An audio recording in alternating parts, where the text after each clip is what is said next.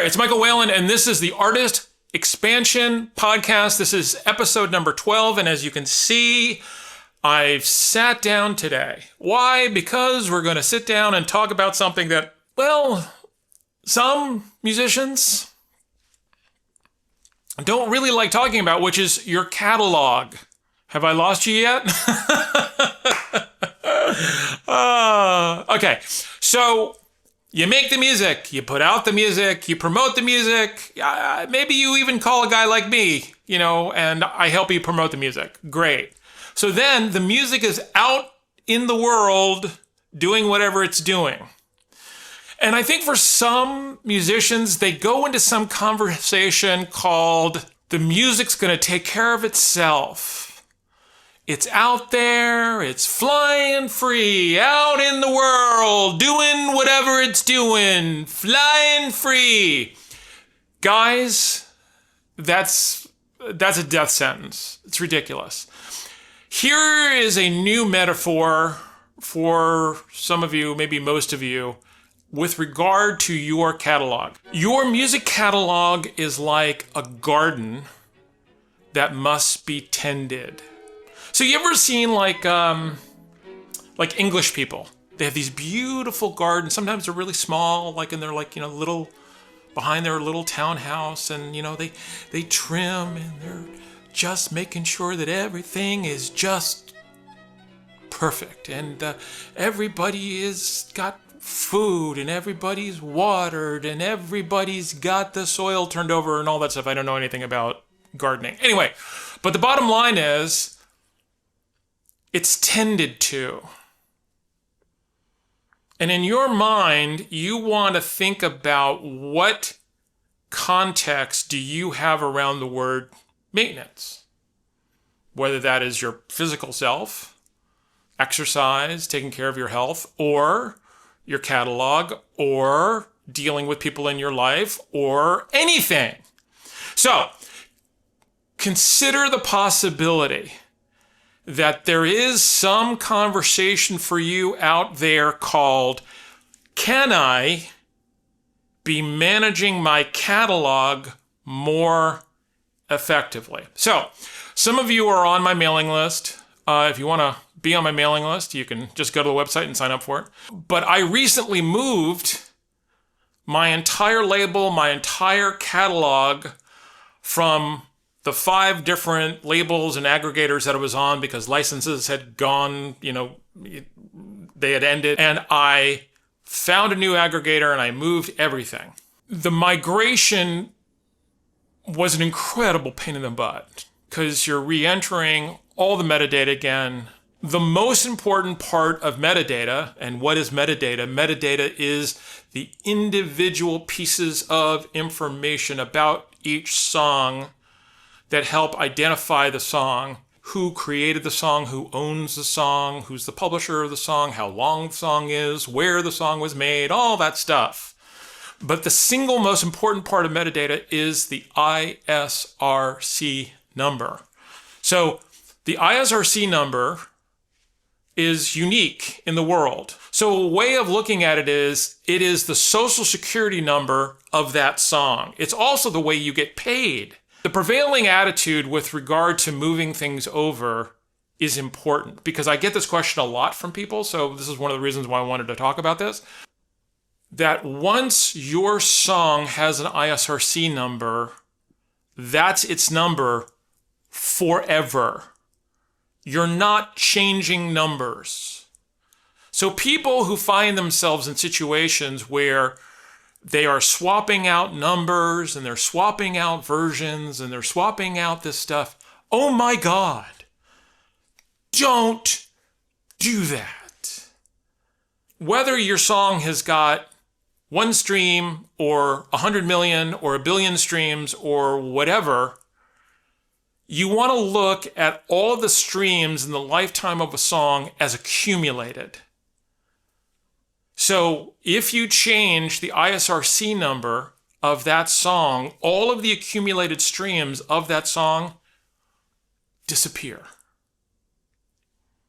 So when I moved my catalog, I made sure that all the ISRC numbers worked. Now, there is argument about what the right way to do this is. However, here is what I've heard from many major labels. I just did this in January with Universal with my album, My Secret Heart. We did a 20th anniversary of this, so I'm going to go with them as the biggest label in the world. But this is also what I've heard from lots of other people and experts and people I trust. And now I can tell you, having done this now with 24 of my albums myself, here's how you do it. You've got the old album and you leave it up. You've got the new album and you put it up. And as soon as you have confirmation that it's up and your aggregator has it up, you take the other one down. That's it. Now, what the world sees maybe for a day or two is that there might be 2 different versions of the album or whatever.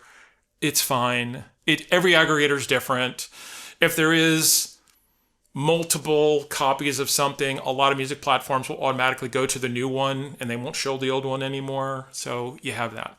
But the bottom line is, it's part of tending your catalog. It's your garden, your musical garden.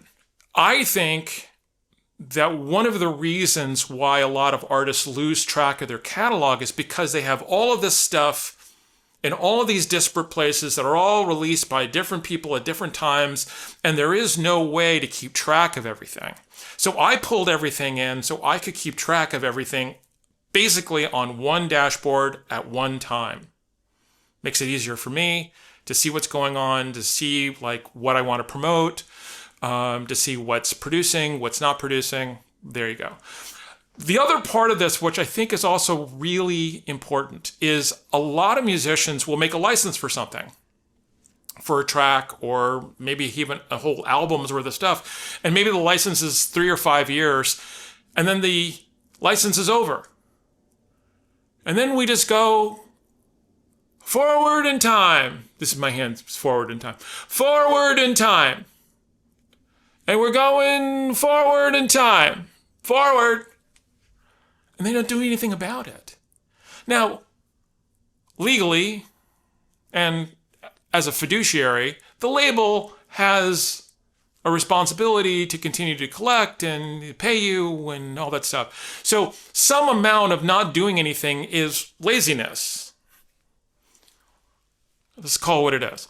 But the other part of it is not wanting to rock the boat and not wanting to upset the relationship, whatever it is or whatever. Guys, the label knows when the license is over, the license is over. So you going and, pinging people and say, hi, by the way, my license is over. What are we doing about this? Are we signing another license? Are we going to promote this again? Do you have any plans to do anything with it? If not, I'm taking it back. And I'm going to use your ISRC number and I'm going to put it in my catalog. See how I put 2 things together for you? I'm here to help. Okay, bottom line, guys, you can't be afraid of this. This is all part of tending the garden. Being absolutely clear, professional, nice, engaging, all that other crap. With regard to how you are with people, great, but you want to make sure you're going to take care of your catalog. Okay, so let's talk about the most important part of what happens with the catalog. So a lot of musicians are so fixated on, well, I got this new thing, and I got this new thing, and I got this new thing. In a streaming environment, once it goes out, the music that you did 10 years ago, 20 years ago, 30 years ago is just as important as the thing you just uploaded today. Now, you could fight me and you could do, okay, great. A lot of that has to do with your ego. And number 2, you don't want to be competing your new piece with your old catalog. That is ludicrous.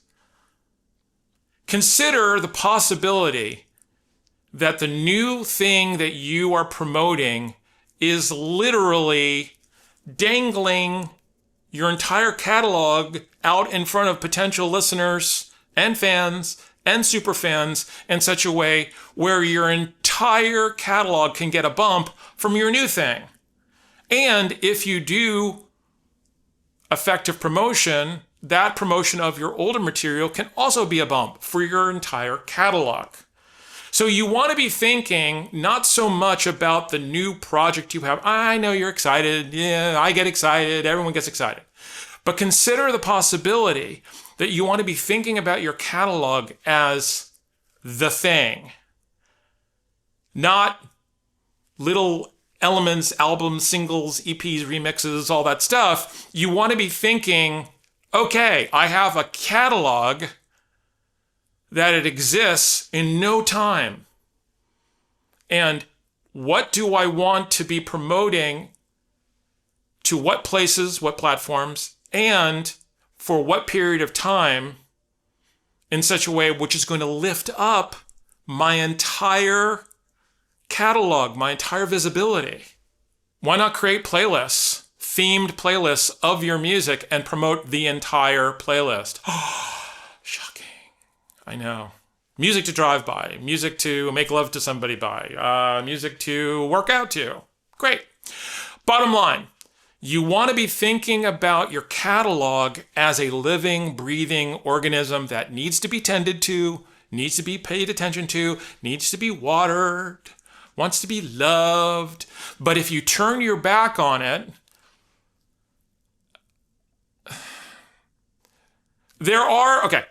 I don't want to contradict myself completely, but let me say this.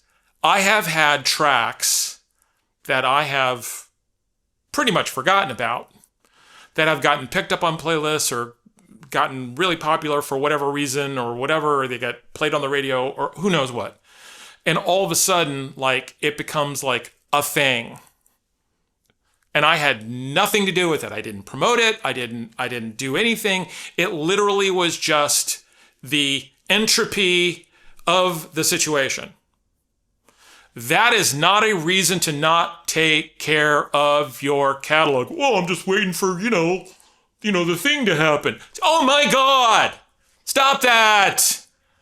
So many musicians don't want to be responsible for anything because they don't want to be responsible for failure and they don't want to be responsible for like having it not happen and how they have to explain things to other people. Oh my God! Be in business. Be thinking about your material as your product. Once it's out in the world, guys, it's a product. Once it leaves your hands, it's a product. So deal with it that way and deal with it with the rigor that you're going to be taking care of something that's really important. Like a baby, like a pet. You want to take care of something and you want it to live and you want it to thrive and you want it to grow. Fine, do that. But this idea that like you're kind of waiting for some sort of random, hey, I hope this happens thing. Don't hope your way to success. What you want to do is you want to support things, you want to promote things, you want to put things on social media. You want your super fans out beating the drum about different parts of your catalog at different times. You want to empower people to go off and make user-generated content videos. We can have a big conversation about that. But the bottom line, guys, is you want to be thinking about your catalog like you're holding a bunch of leaves. And you take the leaves and you throw them up in the air and the wind takes them. But you're not losing track of the leaf. Why? Because you have an ISRC number and you have a way of tracking it. So you know how many plays it has on every platform. You can go look at all the different dashboards and you can look at all your stuff. You can have a chart metric account, which is a nice thing to have. And you can look at comparisons of how it's doing across, 4, 5, 6 different platforms simultaneously. It's nice. Bottom line, don't ignore your catalog. Pay attention to it. The more you pay attention to it, the more it will do for you.